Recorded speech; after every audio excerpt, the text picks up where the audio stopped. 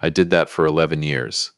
Drove 4 hours round trip every other weekend. Never missed a single one, not in ice storms, not when my back went out in the winter of 2019, not when my mother was in the hospital.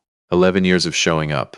And the day my stepdaughter got married, I found out from her aunt, not her, not my wife, that there was no seat for me at the ceremony. My wife found out I knew about 20 minutes before we were supposed to leave for the venue. She stood in the hallway in her dress, holding her clutch, and she said, "I was going to tell you." That was it. That was all she had. I want to tell you what I left on the kitchen counter before I walked out. But I need you to understand who I was before any of this happened, because otherwise none of it makes sense. Otherwise, I'm just a man who got hurt and left. And that's not the whole story. That's not even close. My name is Arthur. I'm 63 years old. I spent 31 years working as a licensed electrician out of a union hall in Sudbury, Ontario. I'm not a complicated man. I don't have a lot of patience for drama, for things being said sideways instead of directly, for people who won't just come out and say what they mean. My first wife, Paula, used to say that about me, that I was the most straightforward person she had ever met, and that it was both my best quality and the one that drove her absolutely insane. Paula and I were together for 19 years. We didn't have children. It wasn't a choice we made so much as a thing that didn't happen, and then enough time passed that it became a fact of our life together rather than a wound. I made my peace with it. I told myself it was fine. I think Paula made her peace with it too, in her own way. We were happy, mostly. We were steady. Paula died in February of 2009. Ovarian cancer. She was 51 years old. I was 51 years old. We were the exact same age because her birthday was in January and mine was in November, and for 2 months every year we were the same number, and she always made fun of me for it, said it was the one time she got to feel like a younger woman. I held her hand when she went. The room smelled like the antiseptic they use in the ICU at Health Sciences North, and there was a radiator that kept making a sound like it was clearing its throat, and I didn't let go of her hand for 3 hours after she was gone. I'm telling you this because I need you to understand that I was not a lonely man looking for something to fix me. I was as a man who had loved someone, lost her, and was learning how to carry that. There's a difference. I met Diane at a retirement party for a colleague of mine in the fall of 2011. She was there with her sister, who worked in the same trades office. Diane was 47 at the time, recently divorced, and she had a daughter named, well, I'll call her my stepdaughter, because that's what she became. She was 9 years old when I met her mother. 9 years old, gap-toothed, obsessed with horses, and completely uninterested in me. That was fine. I wasn't expecting to be interesting to a 9-year-old. I was a 60-year-old electrician with a gray beard and a truck that needed new brake pads. I wasn't going to sweep anybody off their feet. Diane and I dated for about 8 months before things got serious. She was careful. I respected that. She had been through a painful divorce. Her ex-husband, a man I'll call her daughter's father, had been unreliable in ways that cost the family a lot, financially and otherwise. He had moved to Alberta for work when their daughter was 6, and had become progressively more absent in the years after that. By the time Diane and I met, he was a birthday card twice a year, and the occasional phone call that her daughter would wait for, and then pretend not to be waiting for. Diane was doing it alone, working full-time as an administrative coordinator at the school board, raising her daughter, keeping the lights on in a house as lively, that had a furnace that needed replacing, and a roof that had 3 more years in it at best. She was tired in the way that people who have been doing everything by themselves for too long get tired. Not complaining. Just worn down to the edges. I am not going to pretend I didn't want to help. That's who I am. I see something that needs fixing, I fix it. It's not heroic, it's just how I'm wired. We moved in together in the spring of 2013. Her daughter was 11. The first 2 years were not easy. I want to be honest about that because I think people tell these stories like there's a clear villain and a clear hero, and real life is not like that. Her daughter didn't hate me, but she didn't trust me either. And there's a kind of distance that a child who has been let down by one man puts between herself and the next man who shows up. It's not personal, it's just damage working itself out in real time. I tried to be present without being pushy. I went to her school concert. I drove her to riding lessons on Saturday mornings, which took 40 minutes each way on a good day. I didn't try to be her father. I knew I wasn't her father. I just tried to be reliable. I tried to be someone who showed up when he said he would. Diane was warm with me at home, mostly. But I noticed early on that she never quite defended me when her daughter pushed back. Not in big ways, nothing dramatic, but in small ways. When her daughter would say something dismissive to me at the dinner table and I'd go quiet, Diane would change the subject instead of addressing it. When her daughter would exclude me from conversations about family plans, Mom and I want to go to Ottawa for March break, Diane would go along with it without ever saying, Arthur is part of this family too. He should be included in this decision.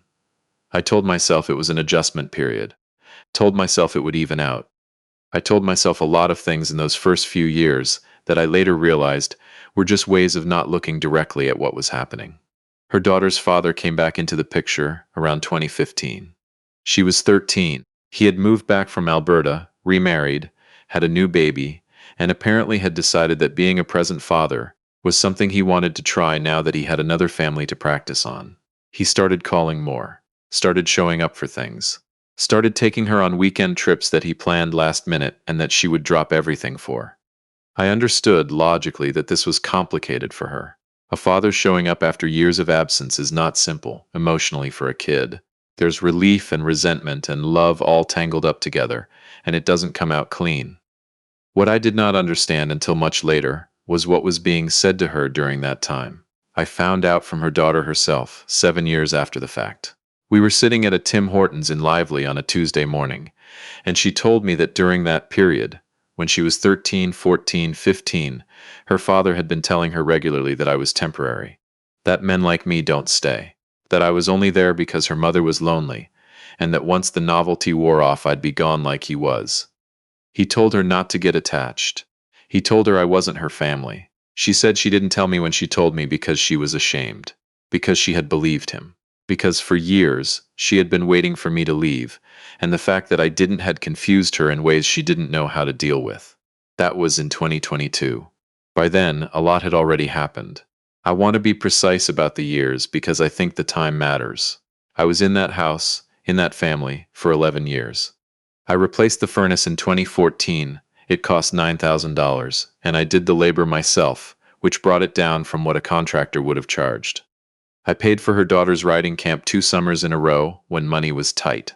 When her daughter got into the nursing program at Cambrian College in 2020, I helped her set up her first apartment, drove the truck, assembled the furniture, bought her a set of pots and pans that I knew she'd actually use because I had watched her cook for 3 years. I didn't keep a ledger. That's not who I am. But I'm telling you these things because I want you to understand the texture of 11 years. It wasn't grand gestures. It was a lot of Tuesday mornings and wet boots in the entryway, and a man who showed up and kept showing up. The wedding was planned for September of 2023. Her daughter had been engaged since the previous spring to a young man I'll call her fiancé. He worked in IT, had grown up in Timmins, and was polite to me in the way that people are polite to someone they don't quite know how to categorize. He wasn't unkind, he was just uncertain about what I was. I didn't expect to be in the wedding party. I'm not a man who needs to be at the center of things. But I expected to be there. Of course I expected to be there. I had been present at every significant event in that girl's life for 11 years. I had sat in the second row at her college convocation with a bouquet of flowers that I had driven 40 minutes to pick up from a proper florist because I didn't want to show up with gas station daisies.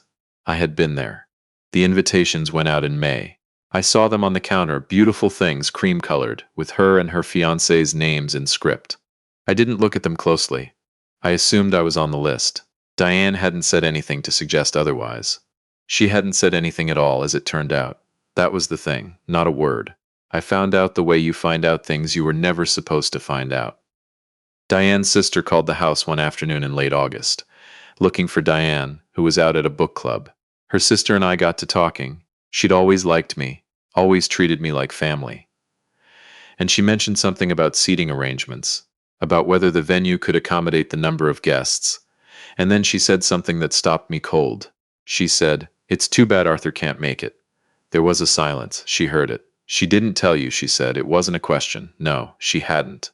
I thanked her sister for calling, and I hung up the phone, and I sat at the kitchen table in Lively, Ontario, in a house that I had helped pay for, with a furnace that I had installed with my own hands, and I thought about 11 years.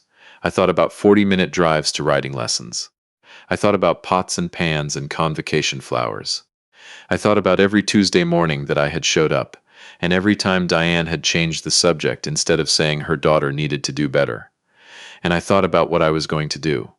Diane came home around 9:30. I was still at the table. I hadn't moved the phone. I hadn't turned on any extra lights. She came into the kitchen and saw me sitting there, and I watched her face do something complicated. She said, "Your sister called." She set down her bag. She said, "I was going to tell you." I asked her when. She said she hadn't found the right moment. 11 years. She hadn't found the right moment in 11 years. I want to be clear about what I felt in that moment. It wasn't rage. I've heard people describe rage as hot, as something that rises. What I felt was the opposite. It was cold. It was the specific coldness of understanding something clearly for the first time that you have been choosing not to understand for a very long time, I said. "Did you ask her to include me?" She was quiet for a moment. Then she said, "I didn't want to make things difficult for her." That was the answer. That was the whole 11 years in one sentence. She didn't want to make things difficult for her daughter. I had been the thing that could be removed to make things easier. I had been optional this entire time, and I had not known it. I nodded. I got up from the table. I went upstairs and I packed a bag. Not everything, just what I needed for a few weeks. I came back downstairs. Diane was standing in the kitchen doorway. She asked me where I was going. I told her I was going to stay with my brother in Chelmsford for a while. She asked me if I was coming back. I told her I didn't know, and I meant it. I genuinely did not know. Before I walked out, I put something on the kitchen counter. It was a single piece of paper, not a letter, not a note with explanations or accusations. It was 11 years of receipts, not real receipts. I hadn't kept those. But I had written down, in my own handwriting, every significant thing I could remember. The furnace, the camp, the truck, the apartment, the 40-minute drives, the concerts, the convocation, the 11 years. All of it on one piece of paper in the handwriting of a man who spent his career reading electrical diagrams, clear and precise and unambiguous, not to claim anything, not to ask to be repaid. Just so that when I was gone, she could not look at the space I left and pretend it had always been empty. I walked out to my truck. It was a Tuesday. I stayed with my brother for 6 weeks. He's a good man, my brother, retired, lives outside Chelmsford on a piece of land that he's been meaning to do something with for 15 years. He didn't ask me a lot of questions. He made coffee in the morning, and he let me be quiet when I needed to be quiet, and he said, "Once, you stayed a long time, Arthur," in a way that wasn't a criticism and wasn't exactly a compliment either. Just an acknowledgement. It helped more than I expected it to. Diane called. Several times. I picked up twice. The conversations were not unpleasant. She wasn't angry with me, and I wasn't angry with her, not exactly. Anger would have been simpler. What we had instead was the long sadness of two people who had been living parallel lives that touched without ever quite meeting. She said she was sorry. I believed her. I believed she meant it in the way that people mean things when they finally have to face them. She said her daughter had asked about me after the wedding. Said she had noticed I wasn't there. I didn't know what to do with that. Her daughter called me herself in November. 4 years after her wedding now, she had found my number through her aunt, the same aunt who had accidentally told me the truth, and she called on a Saturday morning when I was at my own kitchen table, in my own apartment in Sudbury, that I had rented after I made it clear to Diane that I was not coming back to the house in Lively. She said, "I heard what my dad told me, what he used to say about you. My aunt told me." She was crying. Not loudly. Just the kind of crying that happens when you have been holding something for a long time and you finally let go of the edge. She said, "I want you to know I waited for you to leave for years, and you didn't. And I didn't know what to do with that, so I kept my distance. Because I thought it would hurt less when you eventually went. And then I made it happen. I made you leave before you could leave on your own." I sat with that for a moment. I said, "You were a kid. Your dad was your dad." She said, "I was 25 at my wedding. I wasn't a kid." That was true. That was fair. I didn't argue with it. We talked for a long time that morning. She told me things I hadn't known. The things her father had said. The way her mother had sometimes echoed them without meaning to. The way she had grown up half expecting men to disappear and half resenting them for staying because she didn't know how to trust it. She asked me why I never said anything. Why I never told her what I knew about how her father had been undermining me. I thought about it for a moment. Then I said, "Because he was still your father. And whatever he was doing to me, I wasn't going to be the one to take that from you. You had already lost enough." There was a long silence. she said. That's the most Jacob thing I've ever heard. Then she caught herself because she knew she'd gotten the name wrong. That was from somewhere else, some story she'd heard or read. She laughed a little through the crying. That's the most you thing I've ever heard, she said. That's exactly you. I'm not going to tell you that everything was resolved after that phone call, because it wasn't. These things don't resolve cleanly. Diane and I are not together. We stayed separated. That was my choice, and I think if she's honest with herself, it was hers too. The distance that had always been there between us had just become impossible to pretend wasn't there once I could see it clearly. Her daughter and I have had coffee a few times. She lives in Sudbury now with her husband, and they have a baby girl who is 8 months old. She sent me a photo. I have it on my fridge. The baby has her grandmother Diane's eyes, which is a funny thing to notice. I don't know what I am to them. I'm not her stepfather anymore, not technically. I'm not her father, I never was. I'm the man who showed up for 11 years, who drove 40 minutes on Saturday mornings, who installed a furnace and bought pots and pans, and sat in the second row with flowers at a college convocation. Maybe that's enough to be. Maybe that's its own kind of thing, without a name. Her father, I heard through her aunt, had some things fall apart in his own life around 2021. The second marriage ended. He moved back to Ontario. He's been trying to reconnect with his daughter, apparently, with mixed results. I don't have feelings about that. Not strong ones. He can do what he wants. He has to live with the years he was absent, the same way I have to live with the years I was there. That's just how it works. What I know is this: I am 63 years old. I have a decent apartment in Sudbury on a street with mature trees that look extraordinary in October. I have a brother who makes coffee in the morning. I have a photograph on my fridge of a baby girl with her grandmother's eyes. I have, somewhere in a filing box in my bedroom closet, a piece of paper in my own handwriting with 11 years on it. I don't look at it often, but I know it's there. The thing about being a man who shows up is that you don't do it for the recognition. You don't do it so that someone will acknowledge it or thank you for it or make sure you have a seat at the table. Or at least, you shouldn't. You do it because showing up is what you believe in. Because somebody once showed up for you. In my case, my father, a quiet man who worked in the mines for 34 years, and never once missed one of my hockey games, not even the early morning ones in January. Not even when the rink in Copper Cliff was so cold you could see your breath inside. And you carry that forward. You pass it on. You don't always get to choose who receives it. That part is out of your hands. I stayed in that house for 11 years. I drove those roads in every kind of weather. I didn't leave anything out on the counter as an accusation. I left it as a record. Not for Diane, not for her daughter, for myself. So that I could walk out the door and know, with complete clarity, that the space I left behind was real. That it had weight and shape and texture, that it had happened. It happened. All of it happened. And I don't need anyone else to tell me that it did.